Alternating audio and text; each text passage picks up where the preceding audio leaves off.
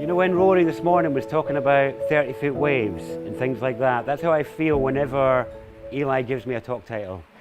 It's like, I looked at him and he said, what's he put me down for? It's like, oh, all right, there's a wave I've got to ride on. So I don't remember what the title was. It was something about masculinity in the apocalypse, I think, which is like, whoa, there's a 30-foot wave to try and ride. So I'm going to do my best because I really enjoyed being around such respected teachers and speakers and elders as we had speaking earlier today, and I really love the balance between the speakers. So I'm going to try and weave a little bit of what I'm doing into what they were talking about. I want to speak more. I want to speak up. I'll try. All right. I'm sorry if it sounds like I'm shouting to you at the front. Okay, so I'm going to try and tie in with what they were saying earlier a little bit, but obviously there was a lot about earth energies, and I'm going to be talking a little bit more about some of the masculine side to that, because a lot of the stuff we've been looking at is about the goddess and the feminine and Gaia, and we don't really see where the masculine necessarily slots within all of that. So I'd like to add a little bit of that in today if I can. So I think what I'm really going to do is end up weaving in with them rather than starting off there.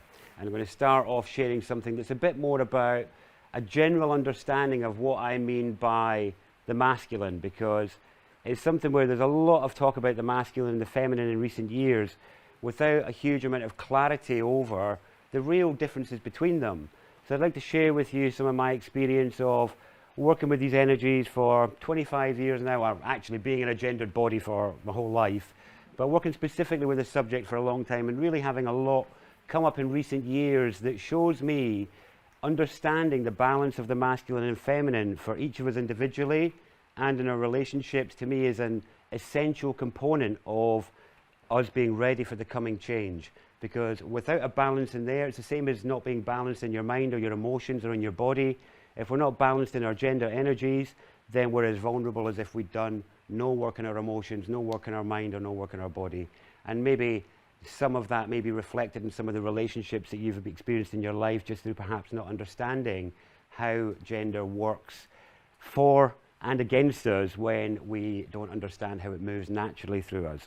So the session I want to give, the session or the process I want to go through with you now is a real clarification of the essence, the nub, the distillation of gender from the teachings that I've lived in recent years. And it is a mental healing process. It is a revelatory process, and it's one that will plant a seed for some of you that will hopefully grow for many years. And if not, hopefully you'll find at least a few interesting points in there. I used to give this talk as a talk called The Return to Indigenous Mind. And you remember last time I was talking about natives and how really everything that people are calling alternative these days, I think, is a real spelling mistake. For those that weren't there, all these people, a lot of people who are here today might identify themselves as being part of something alternative.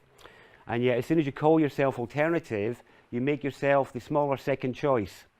You give away the center ground. You make out like you're something on the fringe, when what I've discovered in recent years is that really what's happening, and what to me has been beautifully demonstrated by every single speaker out there today, is that what we've been living through is the return of the Western native.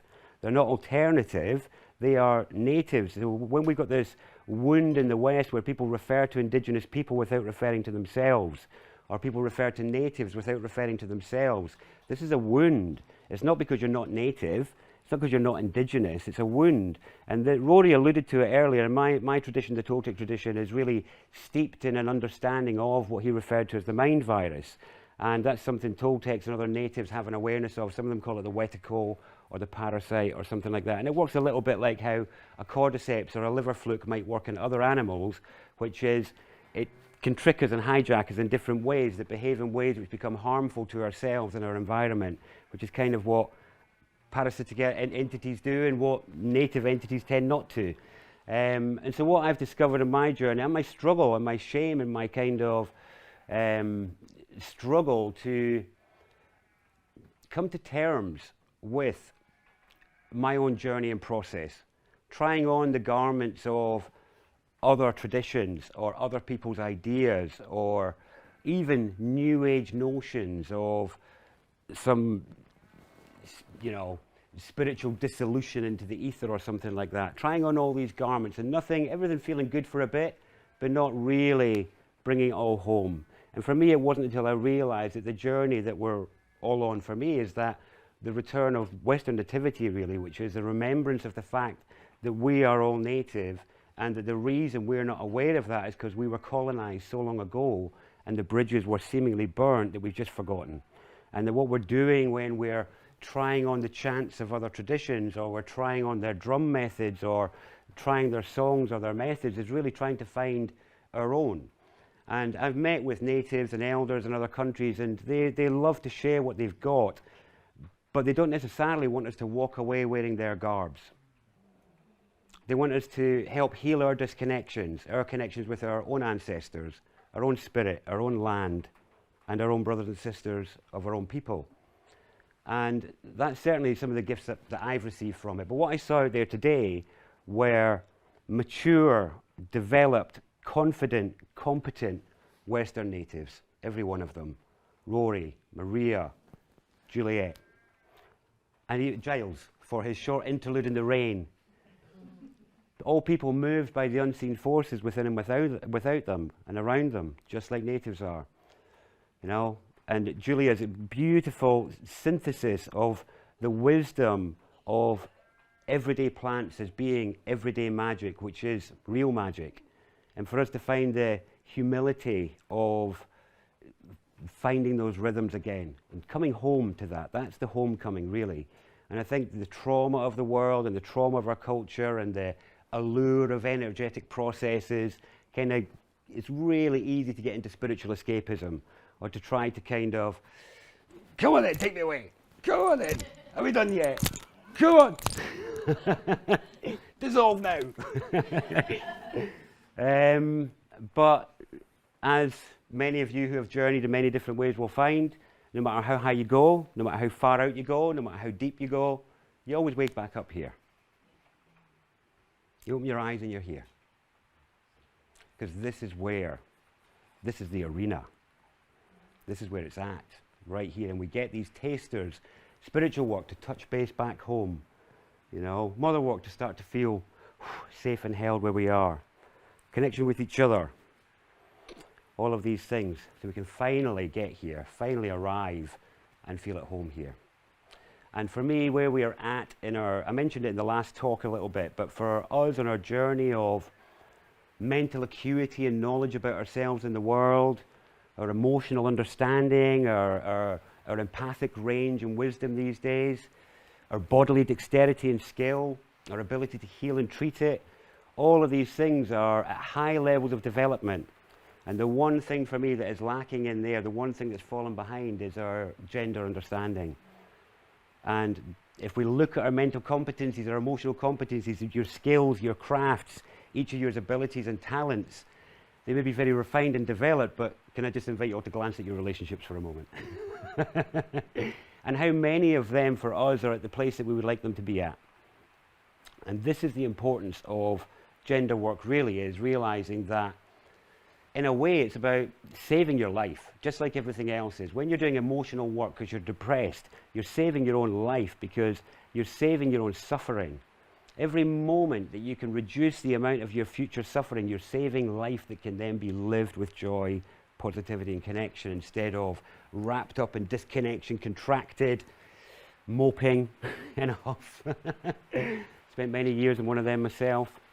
And so really, by turning attention to this, no matter how difficult or awkward or uncomfortable, the fruits are enormous, because it's to reduce your suffering and reduce the suffering of the people that you're in connection with.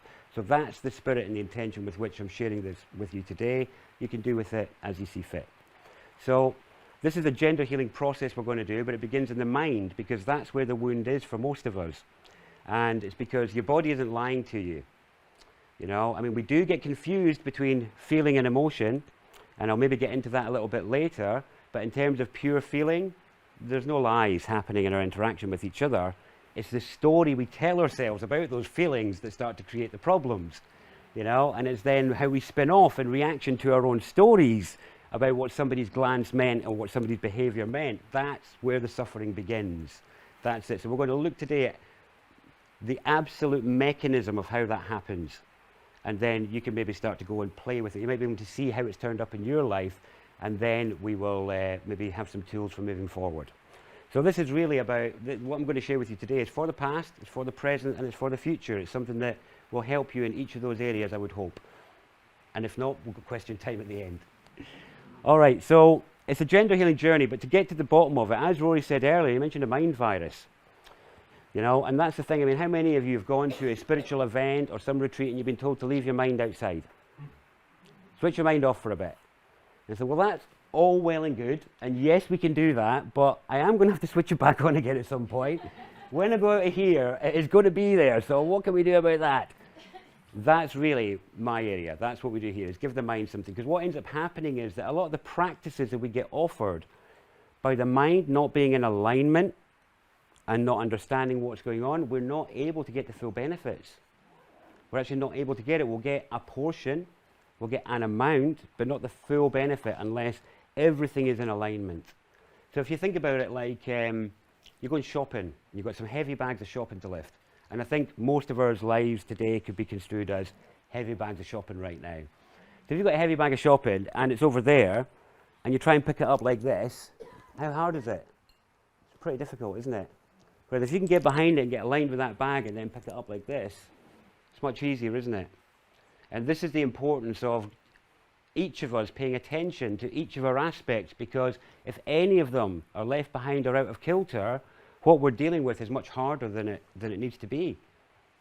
So for some of you it might be mind stuff, for others it might be emotional, for others it might be physical stuff going on, trauma in the body or other things. Whatever it might be, I invite your attention to it, because the benefits are you're reducing your own future suffering, which is surely the best prize in the world in a way. Okay, so to go on our little journey today, we actually have to head in a bit of an odd direction.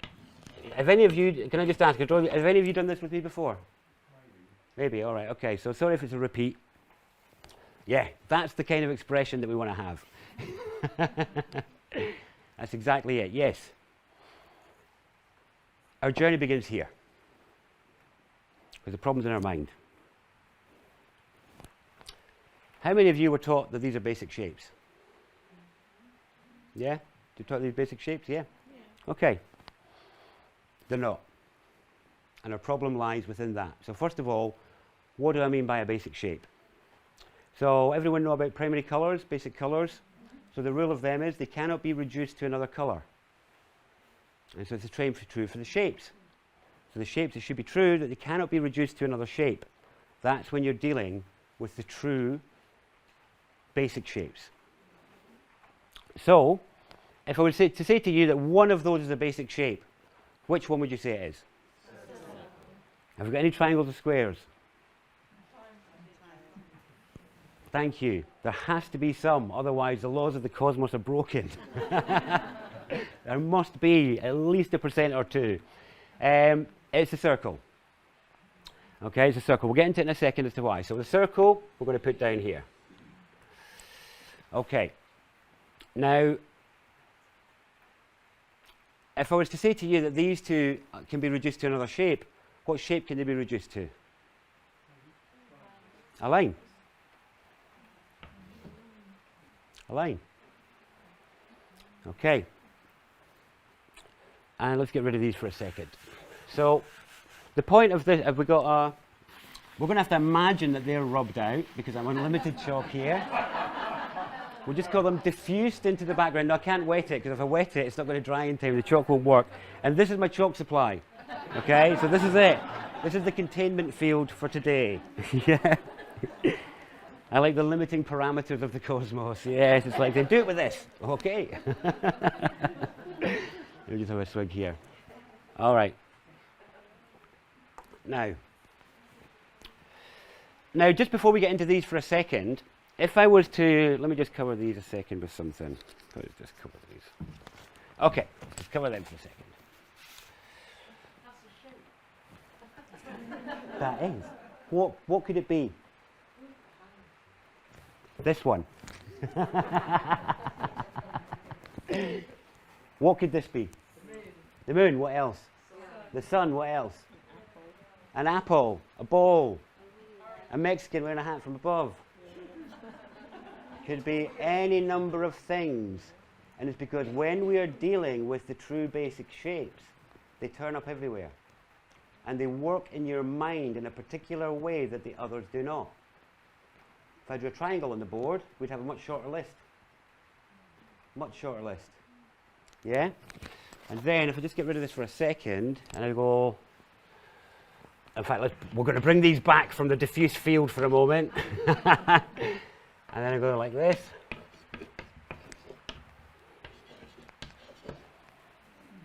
Okay? So, how your mind processes number compared to how your mind processes shape compared to processes character are completely different tracks of mind.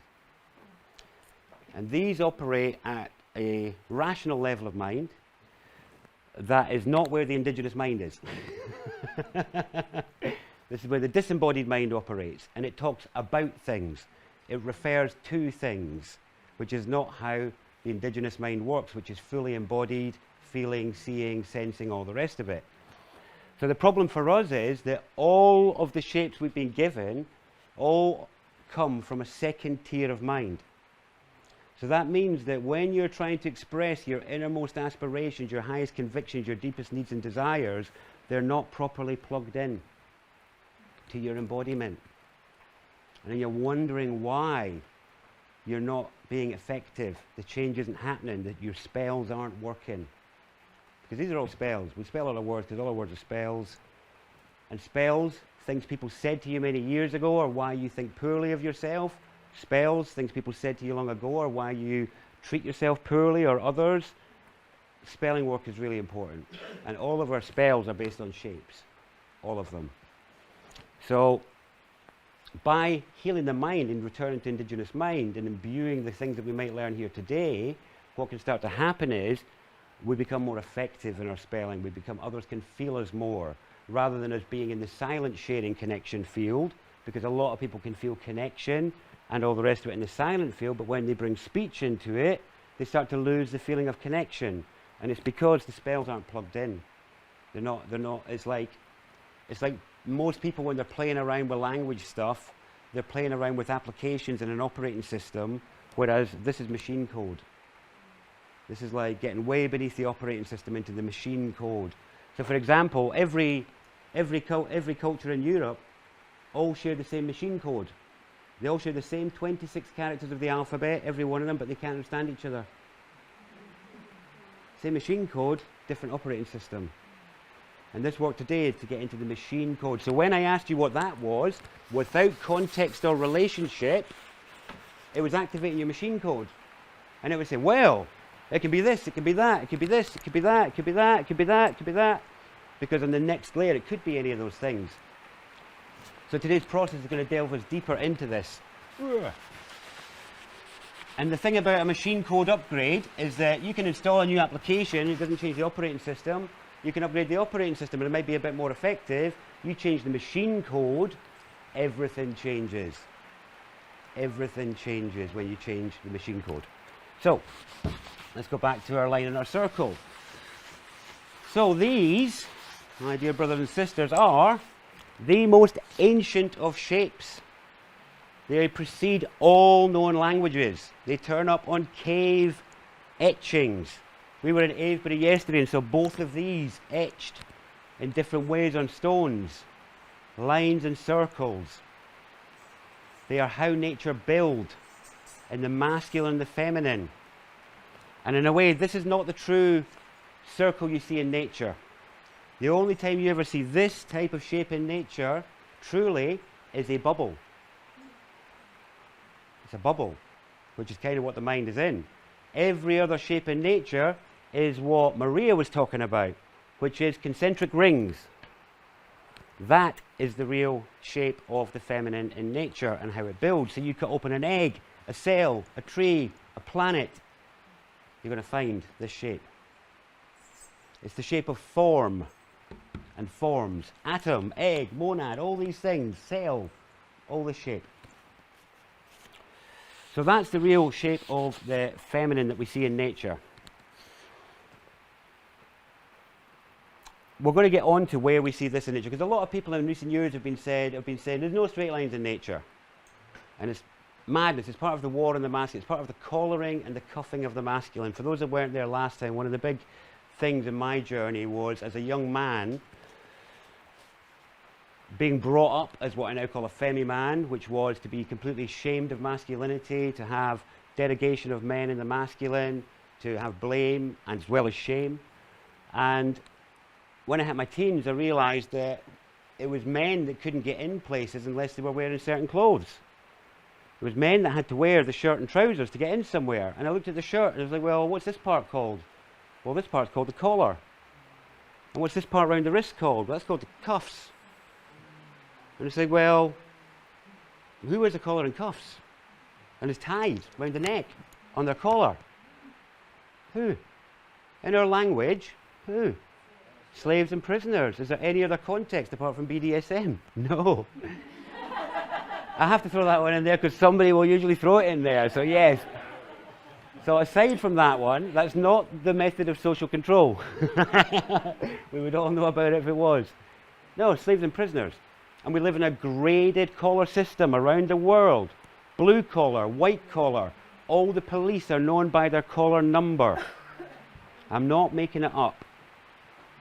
I'm not saying anything about it, other than what do those words mean? And if they were made of metal, would it tell you with more information about what they meant? Because they're the right shape and they're in the right place. And you can look up in history and you can find out what people were wearing 600 years ago, 400 years ago. You will not find the origins of the collaring of the masculine out there. And why is it only the men? And you don't see any world leaders out uncollared. They're all collared and cuffed. Yes?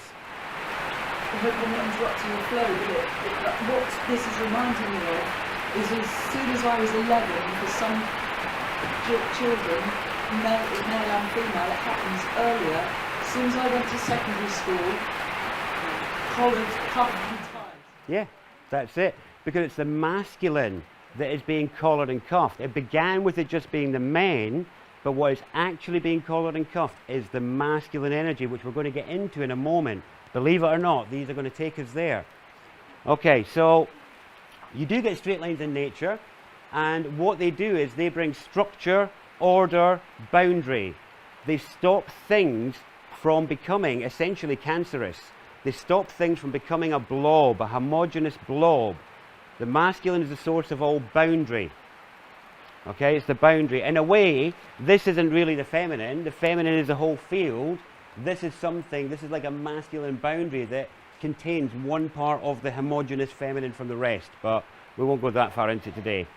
So the point is, these turn up all over the place in our psyche, in every language.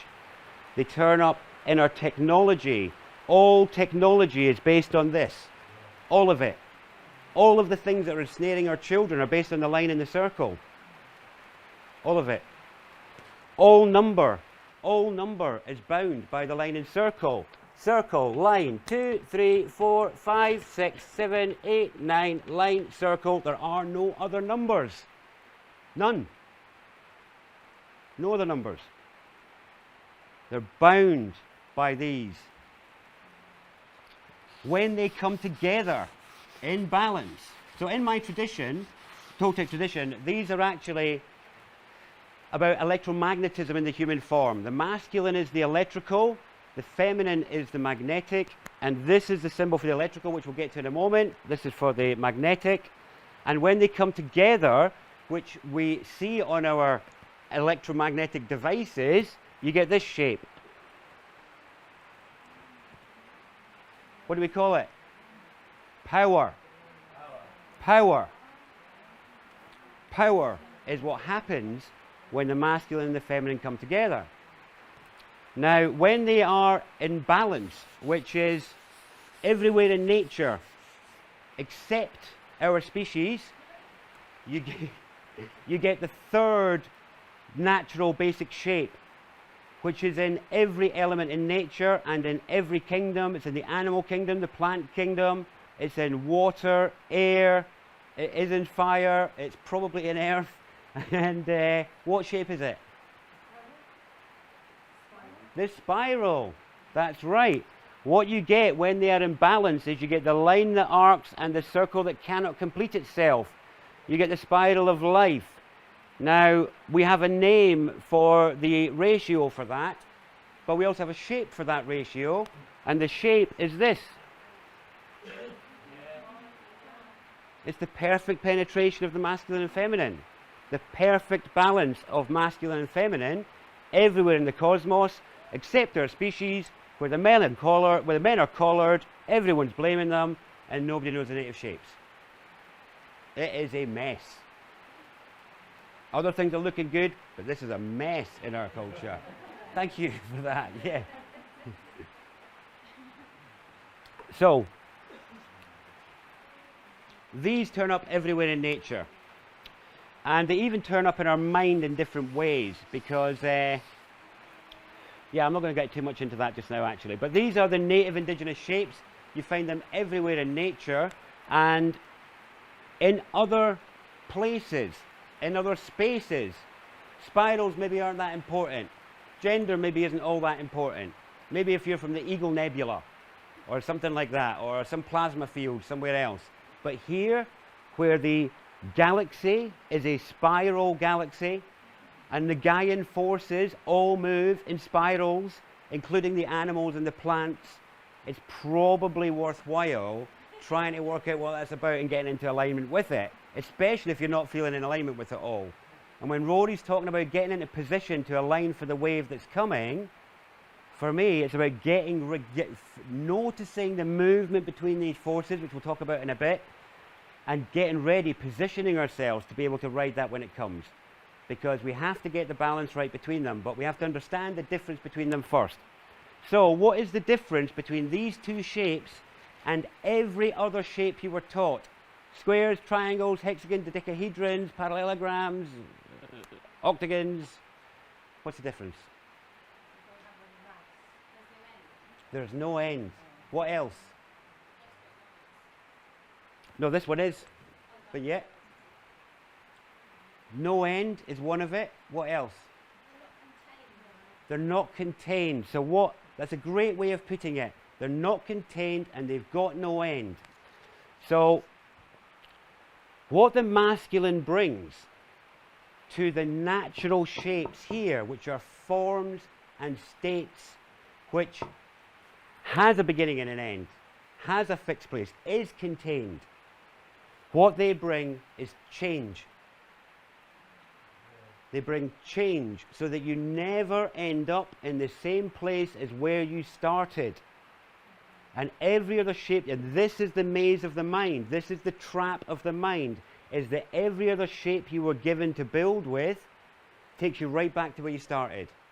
The triangle, the square, the parallelogram, all of these take you right back to where you started. Whereas these are the shapes of change. And it is the electrical energy of charge that brings change. So when we talk about taking charge and what is collared and cuffed, it is your charge for change. Your energy, your desire, your resource for change is what is being hijacked to maintain a form, to maintain a state. And what you'll find is the state will use forms to maintain itself. Paper forms and uniforms to maintain a state. And if you seek to maintain that state with your charge for change, you will be paid and well rewarded. But if you seek to change that state with the charge for change, you will not be paid and rewarded for it, so don't expect it. Don't expect it. And another thing that's really important to realize on your own journey, and you will have faced it in yourself, is that this is change, this is state. They always resist each other at first. State resists change. Your own state resists the very changes you want to make, doesn't it? Yeah. How many of you had changes that you've wanted to make for years and you've not done it? Yeah. Right, so the rules as above so below, as within so without apply here. And that is, if you have resisted your own change for so long, then we cannot expect the world out there to just all of a sudden light up at your first sharing. despite how disheartening that might be. We're going to have to cut some skin for that one, people, because there's a lot of resistance. But it's natural. It's not actually behavioral. It's natural. It's energetic. So if we can tune into that, we don't take it personally. It doesn't affect our fuel. It doesn't affect our belief in ourselves or the worth of what we're doing. We can realize, oh, I'm bringing change, and therefore there's going to be a bit of resistance. That's all right. Because what we really want to get to, I mean, really and truly, what happens is these shapes actually evolve. We'll maybe get into that a little bit, but yeah, I'll save that. I don't want to go too far ahead here. Remind me, I'm going to put this little, remind me about this at the end. I need to put that shape in there. Because this is to tie in with the horseshoe shape that Maria was talking about. So, the masculine energy in all of us is the charge for change. And so most of your feelings of upset, whether it's anger, sadness, depression, anxiety, most of them are all simply the desire for the world to be different. I wish it was different. I wish you hadn't done that. I wish I hadn't done that. I wish they weren't doing that. But the feeling for it is the fuel. That's the charge. And if you can't take that charge, then you're not going to be able to bring the change. And if you are, yeah, we'll get on to why we can't take charge. This is what's been collared, is your belief in your ability and the worth of your ability to take charge. Because, here's something, if I do this.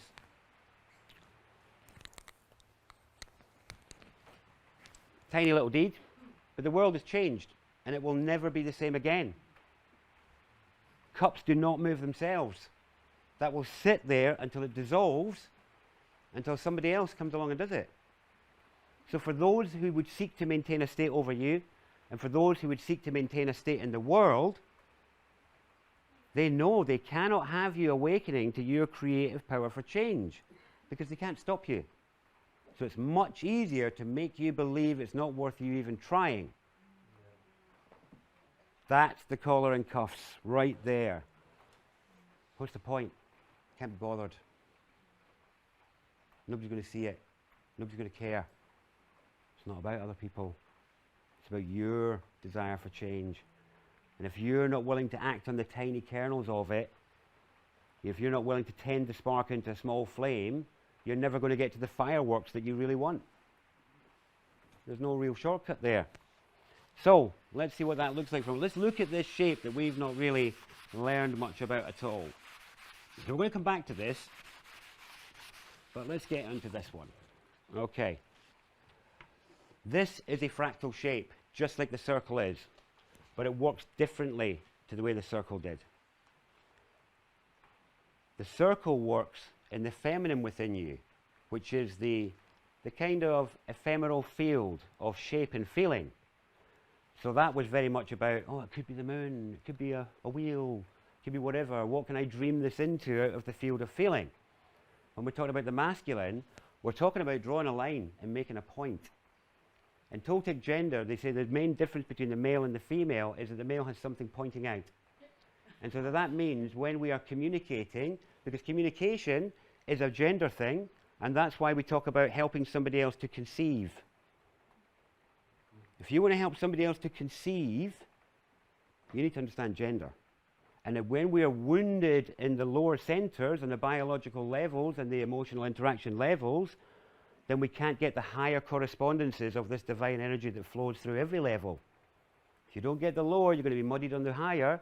And when you're trying to share with others your desire for change, you're trying to get them to conceive. You want them to have a conception that you have a point that has worth. You don't understand gender, it's not going to work. You just got people chucking points around. And nobody's conceiving, receiving, really receiving. So, the masculine in you is moving whenever it's time to draw a line. The feminine is all about the energy of acceptance, and everything is perfect right now. How many of you have done a meditation or something that's invited you to tune into the perfection of the now? Yeah? How many of you have achieved it? I have. I don't think it's actually a pretty accessible thing, guys. You should give it a go. It's actually possible to tune into the perfection of the now. I invite you to do it because it does bring relief and solace. It really does, because there's a deep truth in that. But when we come out of that, we have all the things that we'd rather not accept. I wish there's more money in the bank. I wish bombs weren't being dropped. I wish there was certainty and security. I wish whatever we wish wasn't happening. So these two things coexist. Whenever it's time to draw a line. The first time we taste this, the first time we taste line drawing energy, is as children. And as children, we're all born into the feminine. We have to accept everything. We have to accept it all until which word? The magic word that means no. And that's why kids love it, is because it's their first time they're being offered the masculine. And that dog has an issue with the masculine. We already know that. I don't know if any of you know. It definitely has an issue with the masculine. It's okay, though. He lives in feminine energy. He does, and that's fine. Yes. You said no yesterday. Is that what it is? See? Yes to you. You can have whatever you want. So no is the first word that says, I don't accept. How many of you don't like saying no? How many of you don't like this? Yes. Okay. Thank you for your honesty. It's not the word, it's the feeling. And it's because we're not skilled with it. So what happens is we oscillate between absolute connection and absolute disconnection. And the fear is that if I say no, we're going to be cut off. I'm not going to feel connected anymore. And it's the feeling of the masculine we don't like in that. And some of you who are very skilled at saying no, anybody here who's quite comfortable and confident and powerful with it? Have you found people call you aggressive or things like that? Yes, you get called it. Yes, yes, just because of your comfort with boundary. Which is to say, I just don't accept that. You know, there doesn't have to be any extra charge in there when it's skillful. So anger is a good example because people get so little practice with anger. It means that they see poor examples of it demonstrated. They're not able to see many good examples of where it can be really well used to bring healthy, necessary change. And it's the same for the no word. And that is, it's really good. And it doesn't mean absolute disconnection with skill, as with our talking about feelings that can be uncomfortable or learn to sort out our self-attacking thoughts. It's the same with this, is that we can sort this out and realize, yes, this feels uncomfortable now. Yes, I feel completely exposed now. But this is about me taking care, by me standing up for my values, by saying what I won't accept. And that is how you tell the universe what kind of world you want to live in. Because otherwise it thinks, do you know what? You're A-okay with all this going on because you're accepting it all.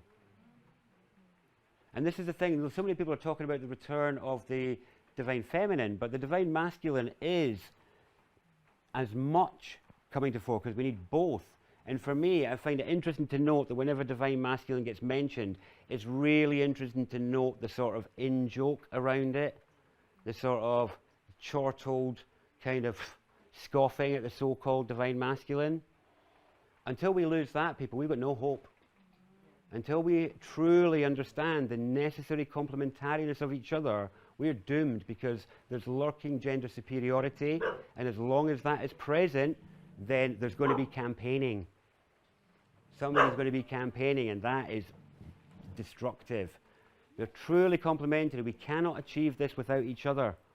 You know, men and women need each other for this, and we all need to be able to use both the masculine and the feminine within us to pull it off. Otherwise, we're just going to get swept away by the harrowing. Unless you know? we have a no, our yes means nothing. Well, that is true. That's a good one. Unless we have a no, our yes means nothing. Because it's like, well, you don't have another offer. You know, if all you say is yes, you don't have another offer. You don't have another poll. But no is just the first taste of it. It's much more than that in our lives, because really, when we're looking about change, no is just the beginning. It's just the absolute beginning of it. It's the simplest one of all. Like I was saying, this is really a fractal. And so I can talk about drawing the line, and you know what it means, beyond just drawing a line on a page. If I was to ask you, what tool draws the line better than any other, what is the tool? Nope, it's the other one. Ruler. A ruler. That's right, the compass is a circle. We'll get to that later. It's the ruler. Okay. We're talking in fractals now, again. What position in a state does the ruler have? The one in charge. The one in charge of the state. The ruler is the one in charge. And we live in a culture of the broken ruler, which is where most of us have deep masculine wounds, deep father wounds, deep wounds that cause us to shame, derogate, and distance ourselves or distrust the masculine. And if we can't sort that out, we're not going to get through this. And I'll tell you why later, because it's about the difference between the masculine and the feminine. So the ruler is the one who's in charge of the state. On a ruler, the one that you draw with, there could be any, what else do you do with it? You measure. That's right, you measure. So on that ruler, there could be millimeters, inches, centimeters, yeah? So in maths, the term for them is values. They're values. The ruler measures values. And the world of the broken ruler, which is the one most of you were born into, if not all of you, is where you get to the stage where you do not know how to measure the value of what you find inside yourself. When you do not know how to measure the value of what you find inside yourself, and so you go and seek valuation from others, and then you believe their judgment of you. And you go to have that updated in the hope that their judgment will improve so you can feel valued based on their value. That is the broken ruler, my friends. And as long as you have that, you're not free. You're not even yourself. You know. Saying no, saying I don't accept, is a way of beginning to assert your values, to start to show what you want to see in your life by excluding that which you do not. And it's the only way you can make room for the new, because your life is full. The world is full. The house is full. If you want to make room for that which you seek, you have to be willing to get rid of that which is not serving, and you know it. There's a deep relationship between this no and this no. Okay? They are. We have to balance them. So if I've got a child there, they're hiding in the car. It's the only way I could have got it. Peace and quiet.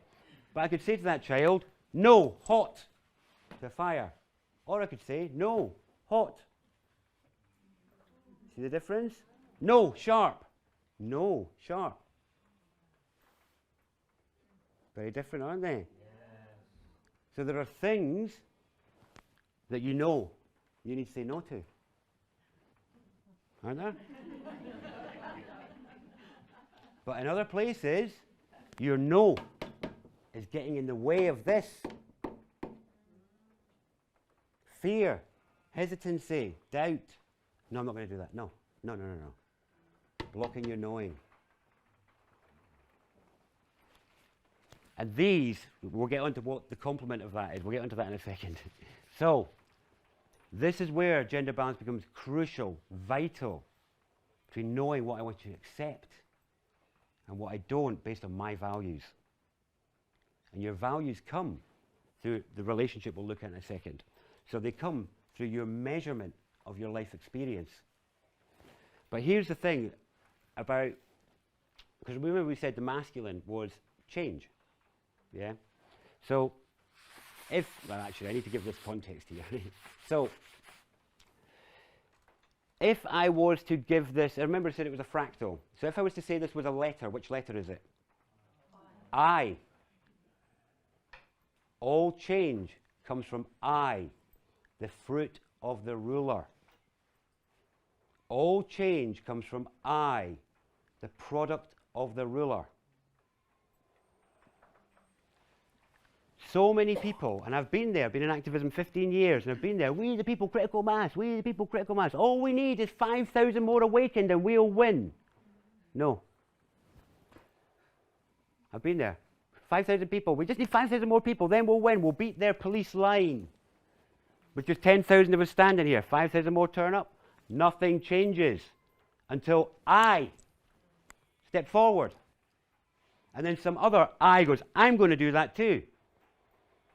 Right now, we are all in the feminine accepting field until some I gets bored, needs to go to the toilet. Somebody gets cold and wants to put a jumper on. But that's I. I'm cold. I need to go to the toilet. I'm not comfortable here. I think this should be different. All change comes from I, the masculine within you. And yes, we can go and counsel other I's, but you need to watch because you can get lost in the field of we, as I like to call it. Lost in the we. And I've been with many lost in the we for years. And it diffuses people's charge. It swallows charge. Because that's not actually what is being asked. When you get your insights, your revelations, all the rest of it, the revelations of word apocalypse, your revelations, they've come to you, which is I. They've come to you for you to act on, not to go necessarily and just canvass everyone about it. For action, to bring change, embodied change, in one way or another. If I was to give this a number, what number is it? 1. People. What is the whole spiritual story? What are we all? 1. You've all only been taught, and every single piece of spiritual text that's been allowed to filter into the mainstream West has been completely sanitized of the masculine one. I. The individual one. The feminine one is the collective whole. The we, all of us are the one. But this is, I am the one. Or the way we would say it collectively is, I is the one, because it applies to all of you. It's about the one within you. The one who is discovering values that they maybe don't know the worth of. Aren't sure how to make those points and draw those lines in their life. And the only way to do that is by learning to take charge and start making some I statements about what you want and you don't want. And you'll start to bring the change, because really what starts to happen is we're all built in this shape, in the form. But when you're born, you don't have this outer boundary. You're not a complete adult cell yet. You're this. And it means that everything coming at you, so in Toltec gender we see that everyone is feminine at first. And that is because everyone has to receive everything that comes at them. You have to accept as a baby. You cannot draw lines, you cannot make points, you cannot say no. So everything starts off feminine. And then the masculine emerges from that in a different way from the way the woman emerges from the girl. But when we're all born, we're like this. And it means that everything cuts us to the bone. Everything gets right to the heart. Because we have no boundary. Until, point by point, line by line, I statement by I statement, we start to define our state. Our state. The state that we cultivate through our practice, our magic, our relationship with the universe. And we start to do that. And then what we find is, within our state, we'll find this stuff that's closer than we wanted it to be. And that's where we need to learn how to draw lines. How to say no. So that we can start to get, because if you manage to draw a healthy boundary around yourself, so what I mean by that is, what I mean by a healthy boundary around yourself is, how many of you have engaged in a practice of some kind, meditation or other, practice that's brought you a sense of ease and well-being, maybe strength, safety, connection, and then you've gone shopping and it's gone. Yeah? What that means is you cannot take charge of your state. You can't take care of it. You can't maintain it in the field of bombardment. It means that this, your cell wall, as it were, which if we look at the fractal of the cell in the body, it's a really good fractal of the masculine, which is, it's a semi-permeable electric membrane. That's what a cell wall is. A semi-permeable electric membrane. That's your yes-no field. That's your yes-no gate around your inner sanctum, as it were. And when we're brought up, we're taught to let everybody in there. But it's just not healthy. Codependency, all sorts of trauma results from that but it's necessary because somebody mentioned earlier, who said compass when I mentioned drawing shapes? Yes. So the tool that draws the circle is called the compass. And the compass does two things. There's two types of compass. One draws a circle. What does the other one do? Navigates. Using what? Magnetism. So remember I said the feminine was magnetic? Yes, this is why you can't help but the words can't help but match. So really, our compass is really our feeling. You remember earlier I said about how we arrive at our values? You arrive at your values by being born essentially as an egg with no shell. And you have to feel everything. Everything. That is being downloaded into your compass so you can learn to find your way based on feeling. And what's meant to happen is your feeling informs your ruler. This is like the Queen. So this informs the ruler about what I need to do about this. This doesn't feel good. What do I need to do about this? I need to bring some change. But what ends up happening for most people is there's a massively wounded relationship between these two. Massively wounded. Massive judgment and blame, I mean, within the self. So how many of you, when you maybe let your hair down to try something new, or you try and say something difficult or open up in some way, and it doesn't go well, and you abuse yourself for it? Call yourself names. Yeah? That's when compass is moved, ruler judges. I measure that as being less than perfect. Go to jail, go directly to jail, do not pass go, feel like crap, imagine yourself exiting the planet, please. I don't know how bad your trauma is, that's mine, but okay. So, through feeling and our compass, we find our way, and then we're meant to cultivate values that we're meant to act on. That is the rite of passage into real adulthood, as far as I'm concerned. Oh, yes, there's somebody there. That is the rite of passage, where you, a young spirit in the earth, say, okay, world, I have felt everything you've thrown at me. I have received your points. Here is my change. Here are my lines. Here's my no. Here's my no born of my knowing. But until you start to bring that into the world, your rite of passage into becoming the one here, that personal individual one that you are, that you maybe thought and believed in the quiet corners of your mind at times, or maybe you didn't dare. But in a way, you must heal this, because how many people refer to, I mean, the fact that we even put the in front of one is a massive spelling disaster. Because unless you can place yourself at the heart of it, how many of you would refer to the one without including yourself? In the same way as you might refer to a native without including yourself. And we have to be super careful, because when we're speaking about the one, whether it be masculine or feminine, if it's not deeply seated right in the heart of ourself, including ourselves within that, we've accidentally banished ourselves to the edge of creation. Sorry, yeah?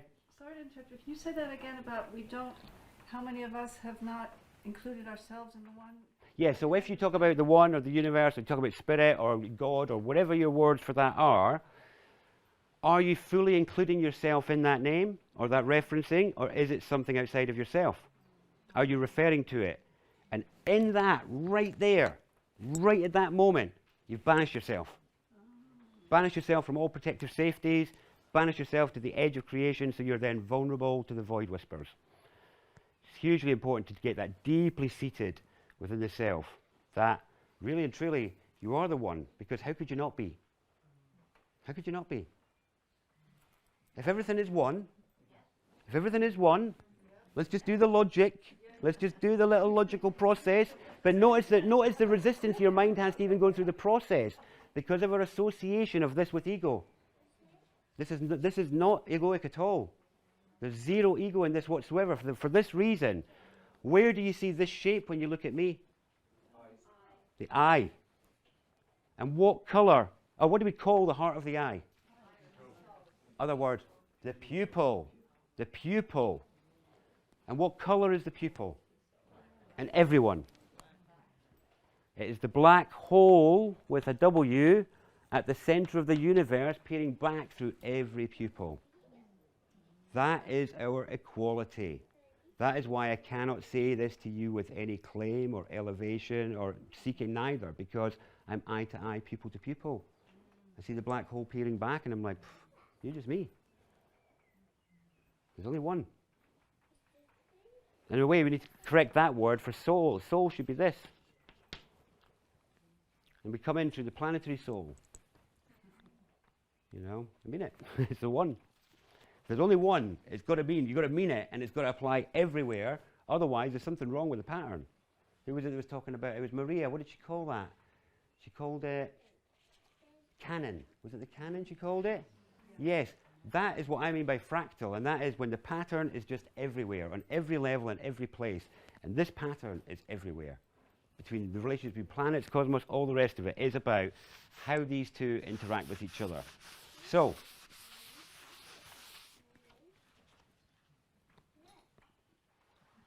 moving forward, if you want to bring change, if you want to crack out of the egg of the cycles of your own life and enter into the spirals, you can't do it without the I energy. Can't do it. And how many of you don't have discomfort around that notion? How many actually have a bit of contraction or discomfort around thinking about doing that or feeling like doing that, going out and making some I statements, making some claims? Thank you for a brave hand. Anyone else? Yes, yes. That is to do with how broken our rulers are. To believe like, it's not us. Can't be me. It is though. That's how, I mean, to me, that is the absolute travesty of how brutal the collaring and cuffing of the masculine energy in all of us is that we can have such hesitation and such kind of shrinking back from something that is naturally, natively yours. It's the seat of your power. The seat of your power is by claiming this so that you become this. With the I centered right within you, that is bringing the masculine home within yourself. Now, I had some notes here. I've scrunched them up because I need to do some weaving back in. It's time to weave back in because I'm aware of some time here. Because I could keep going on these two for a bit, as you can imagine. Let me see what it was here. Okay. Scratch, scratch, scroll, scroll. Okay. Right. So, don't you love it when you can't read your own notes later? Yes. Okay. So, there's an important component here for us kind of... Actually, I've got one more point before I want to move on to this. I want to tie in with something that Rory was saying around prophecy. And long-term prophecy he was talking about. Now, he was talking about it from the consciousness point of view. My experiences of it have been from a more earthly Gaia point of view, from some connections I've had with the planetary consciousness, where I wish you should show me, it was a long time ago now, but quite an initiation ground in North America, but it just happened when I was there. Didn't go looking for that, it just happened. But I was really shown quite a clear image of her dream in a way that I hadn't come across before. And I've seen others now refer to it in this way, but I just want to share it with you to help understand where this ties in with some of the stuff Rory was talking about, as well as with what you might be facing in your lives. So, we as consciousnesses are kind of what are called indwellers. And that is that we come into forms and dwell in them. And then our mastery is through learning what they do and getting good with them. You know, and then we might go somewhere else and try a different form out and all that sort of stuff. Whereas planets are form dreamers. Planets dream forms into being for us to indwell. And what the Earth was shown to me, what was shown to me was that, and there's actually an evolutionary biologist whose work covers this perfectly, and that's Lyle Watson. If Lyle Watson's Life Tide book maps this scientifically perfectly, and that is that planets evolve by being seeded more complex blueprints for them to build with of their substance. And so that's why when, for example, people have ET or alien encounters, most of them they encounter are humaniform. And it's because that is the human blueprint that was seeded on a different planet. But it was made out of that planet's stuff. And what Lyle charted is how over the course of ice ages, which he called sleep cycles for the planet, he was saying during these sleep cycles, the Earth was gestating new forms. And when she emerged from each ice age, there were new complexities within her own forms. And they seemed to carry new codes and arrangements that weren't there before, where did they come from? Now, what Lyle is saying is that these are seeded from outer space. And like the spores is one aspect, but he was saying he'd studied millions of meteorites. And he says they come from places thousands of times more organic than Earth. And during my vision, what was shown to me is that when things come into the planet, there's tons of space dust come into the planet every day, tons of it. We only see the big stuff, meteors, meteorite storms, things like that, but tons of dust comes every day. All of it carrying things from distant stars, suns, all sorts of stuff, all sorts of residues. And unlike us, she can't go for a poo.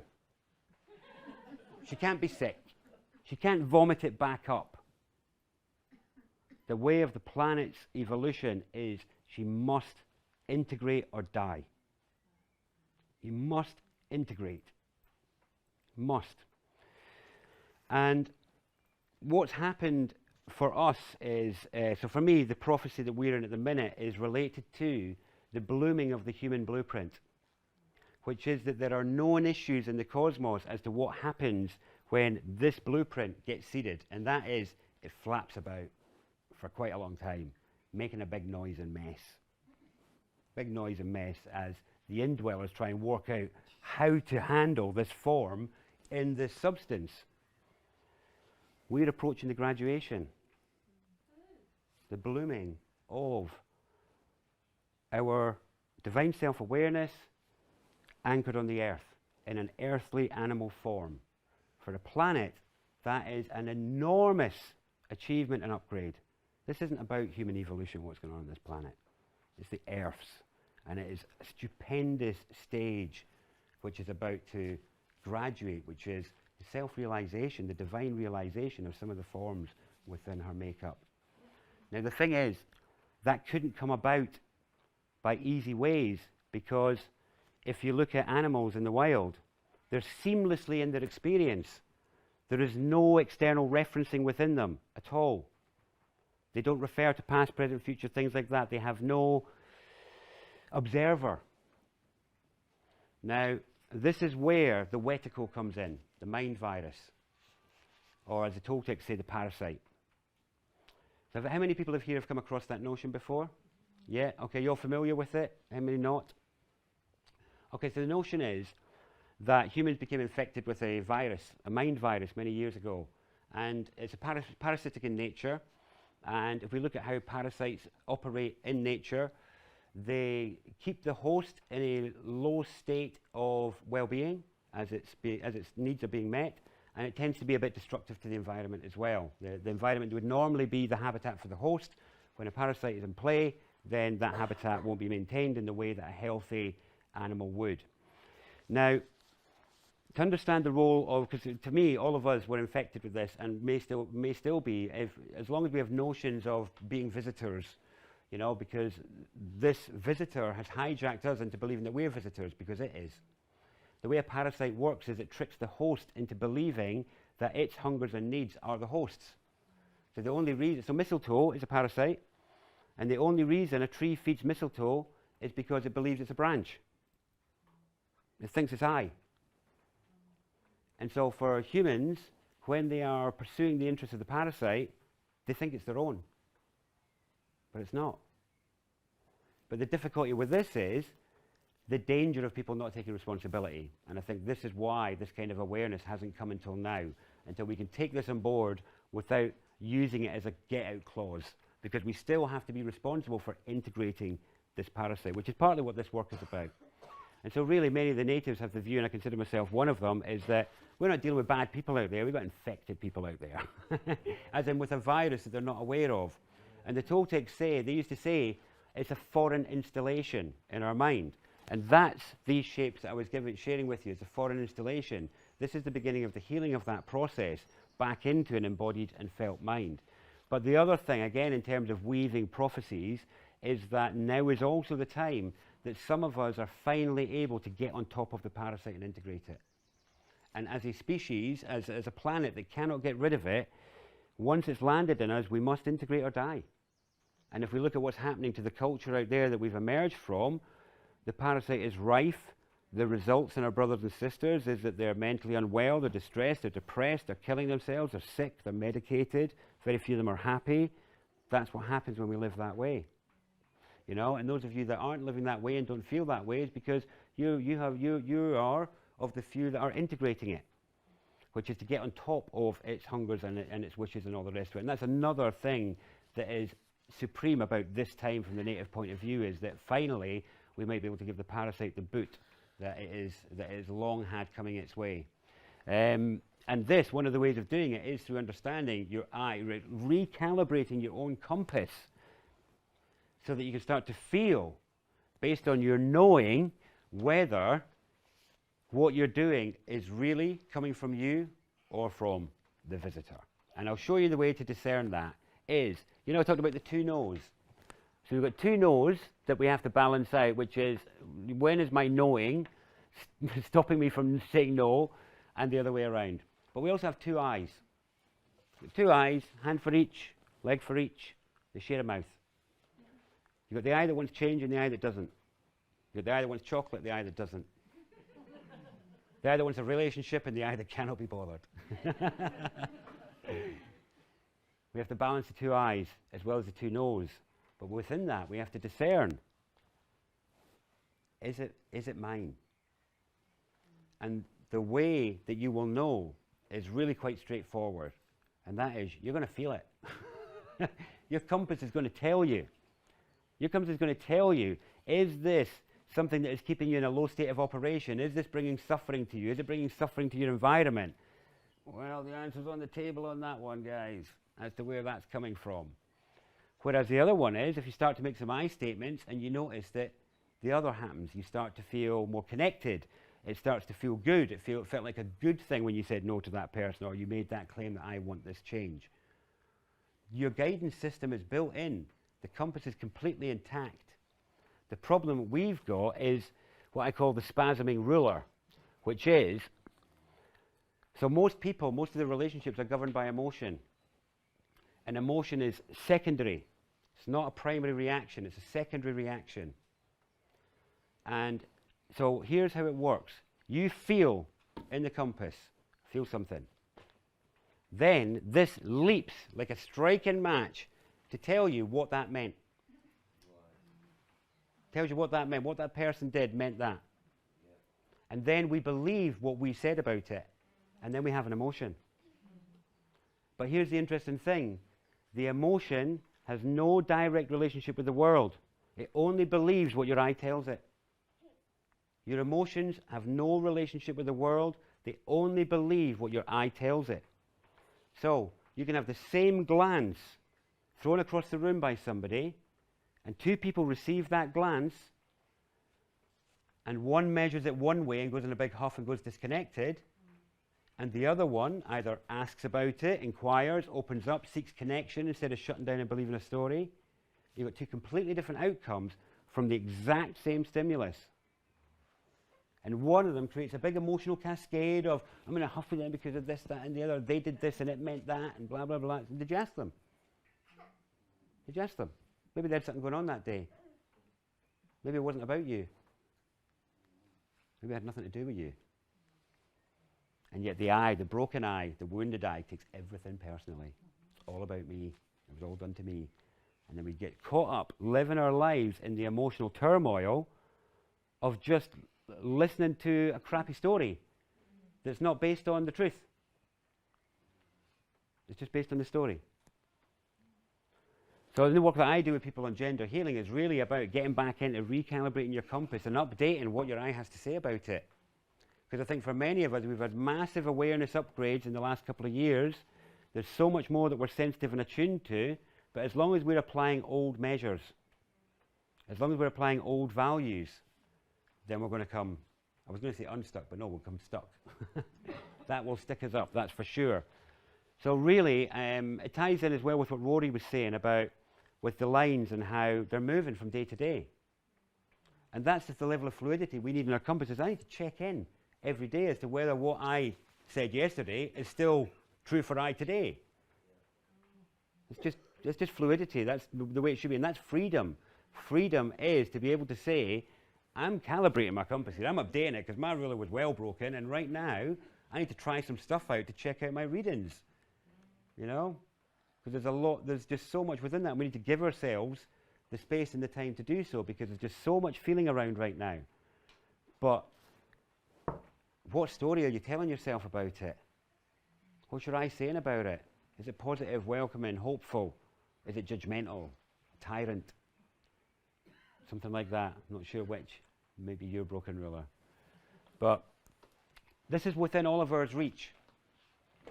The second you go and start making I statements about things you know you should be acting on, I guarantee, despite the discomfort of the microsecond it takes you to say it, the benefits afterwards are phenomenal, because you're starting to establish your state in the world. You're starting to externalize what was previously internal. That is being the change. To have it just held inside is not.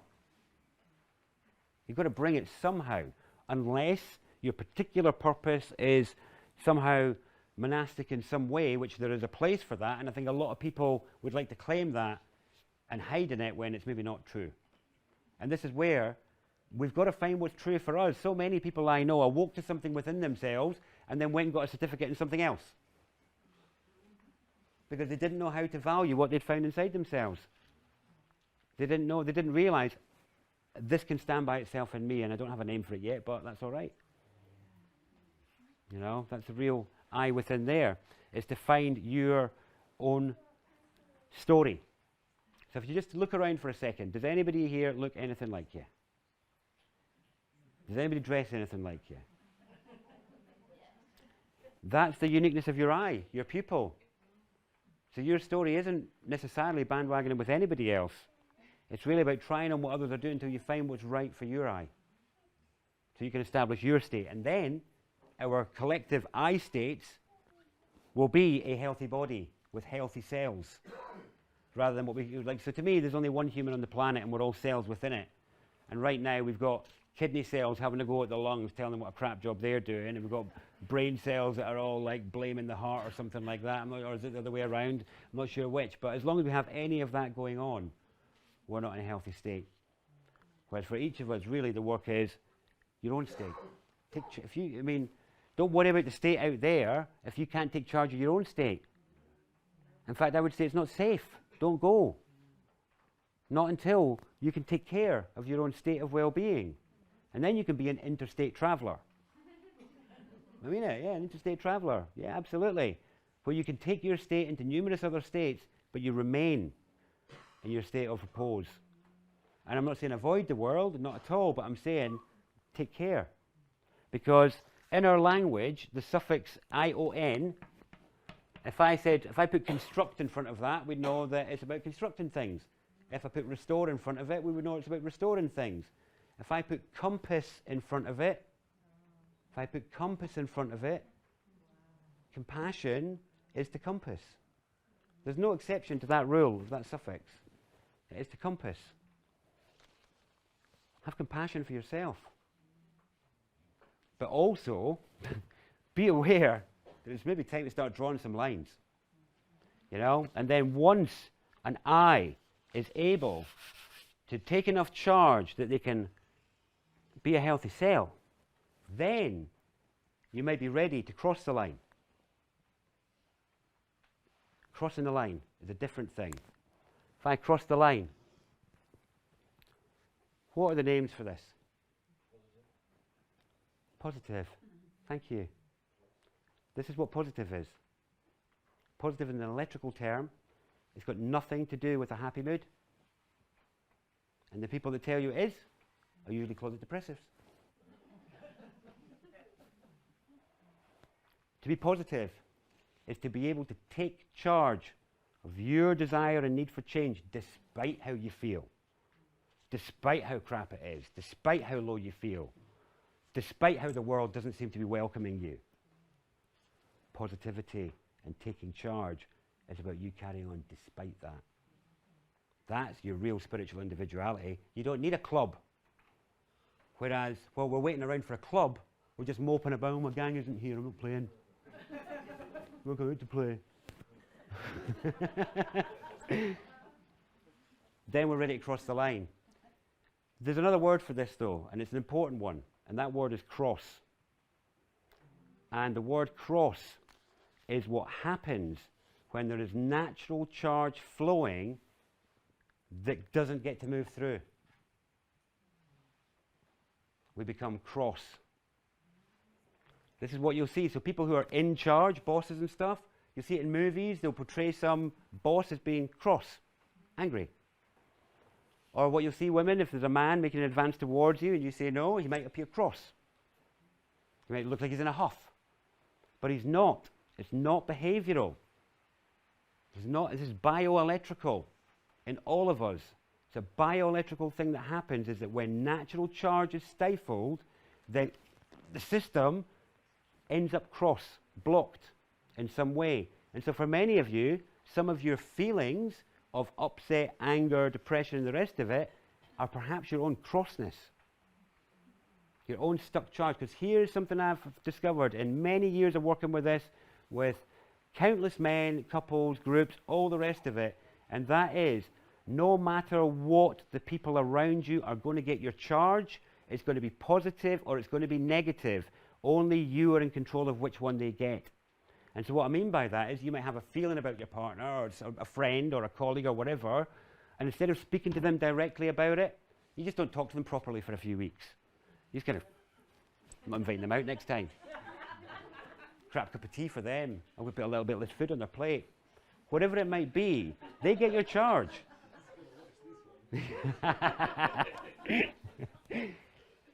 I've seen many examples over the years, and been many examples myself. Been many.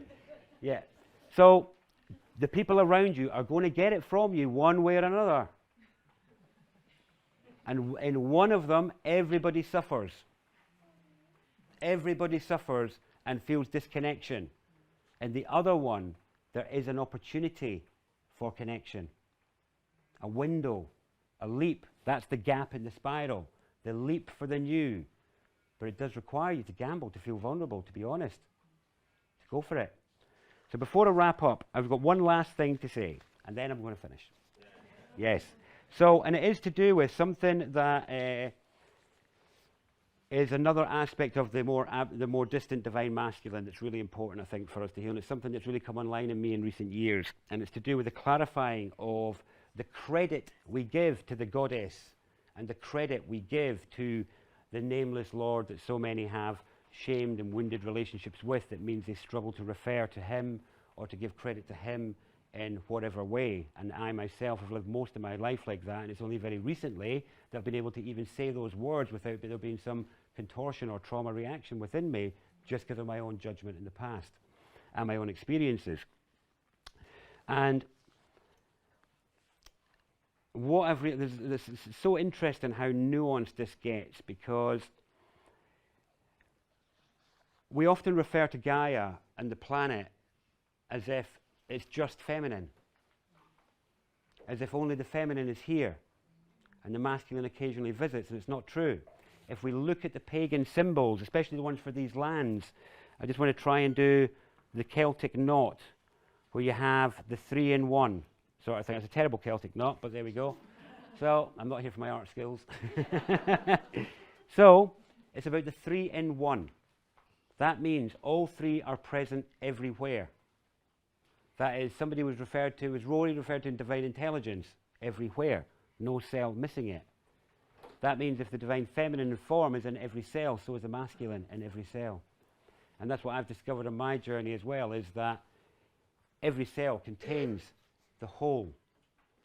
And if we are not able to give credit where it is due to the masculine, then we cannot receive its benefits.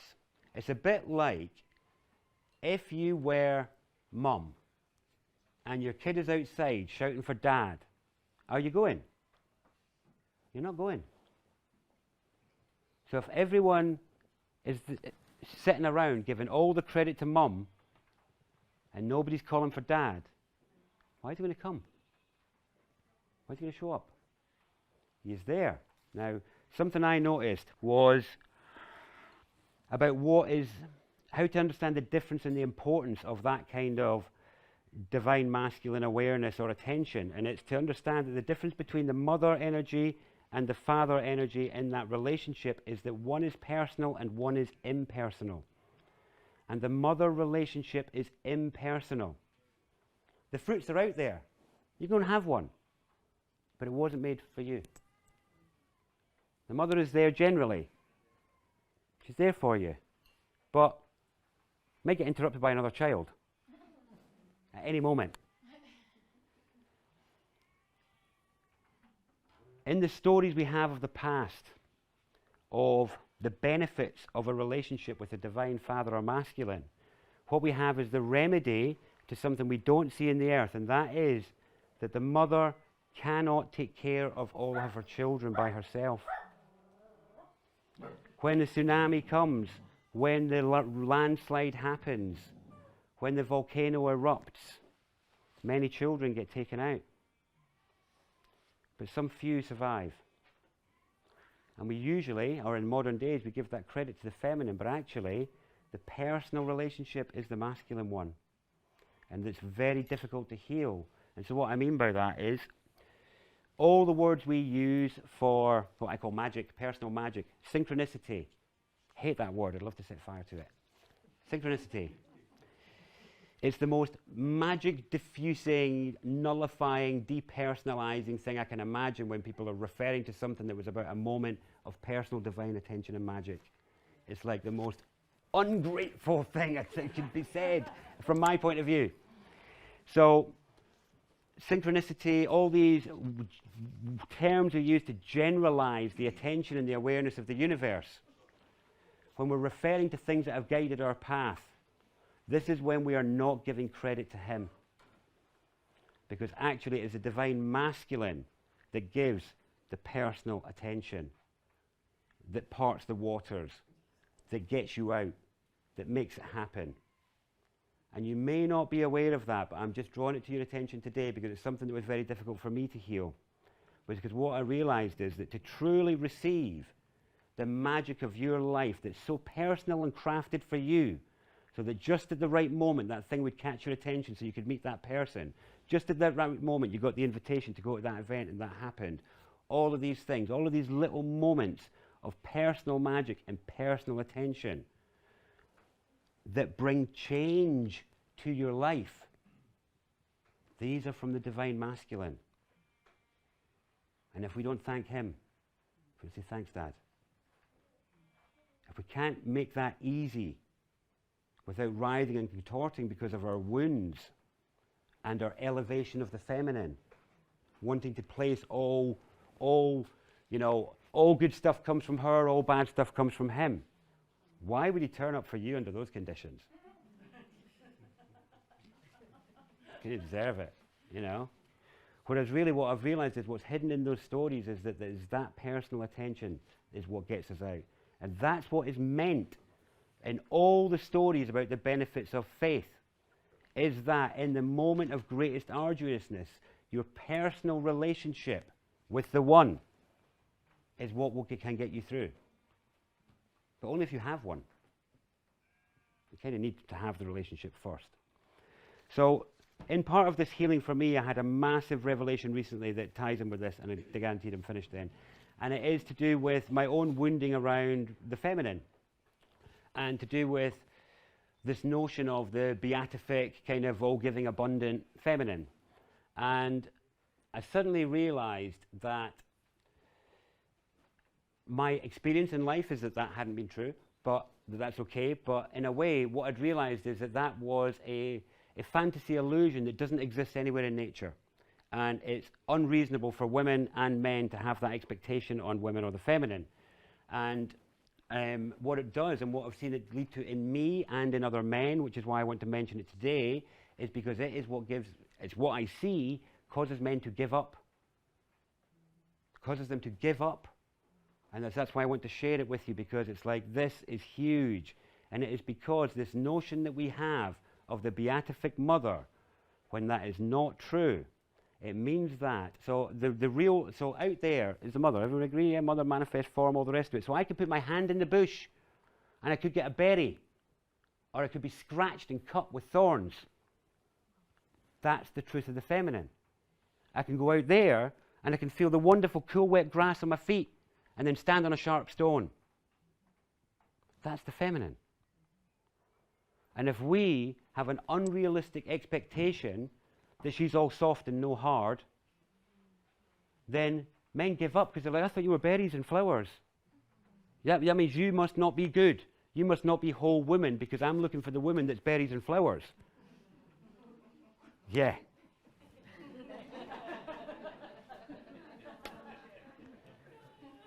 Whereas, in the same way as we've got to cultivate the skin of the masculine, I don't want to say no, but no.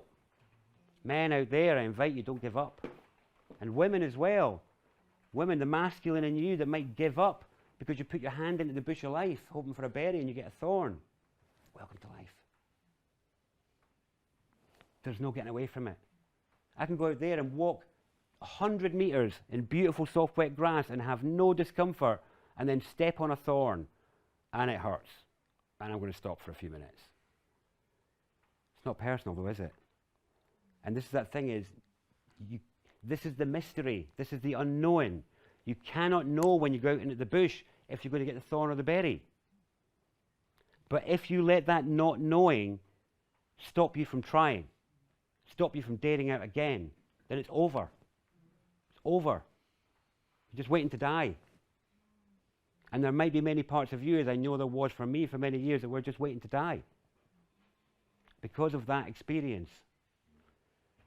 And so there's the healing of the feminine in that respect, which is to be reasonable with her wholeness, to be reasonable with her, the fact that she has a masculine and feminine pole, just as he does.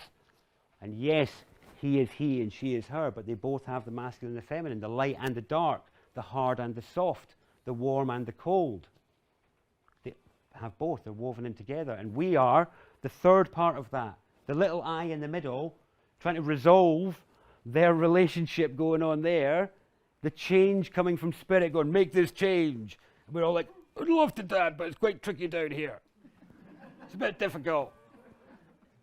We're in the middle, trying to temper that wave of change coming and transform it into something healthy. That's what we're in the midst of. But without the balance between these two, without us understanding that we're in the midst of the real importance of this and healing our judgment and expectation of the sexes, I don't really hold out that much hope. But with these brought to bear, gender awareness, recalibrating yourselves, making some bold statements based on what you know needs to change.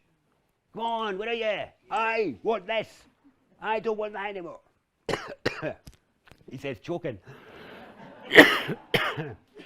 So, final point, that's this shape.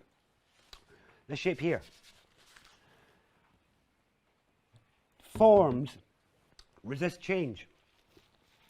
But what has to what can happen is, and all of you will have experienced that, and that is when you, go up to somebody with a point to make for them to conceive with, and they resist it, it's because you're hitting this. And just as this has a second shape, so does this. And its second shape is this, which is the feminine that has opened herself to receive. Open to receive. That's the O. That's the omega. That's the O. That is the omega. And this is the alpha. And the alpha isn't about some hierarchical position. The alpha is about who do you go to first? Who do you turn to first when you need help? Who do you turn to first when you want an answer? Who do you turn to first when the village is defended? That's what alpha means. And so the two of these together are king and queen within you, but in balance, not one or the other. So I'm going to feel, I'm good at starting talks, not very good at finishing them. So that was it. Thank you. Cheers.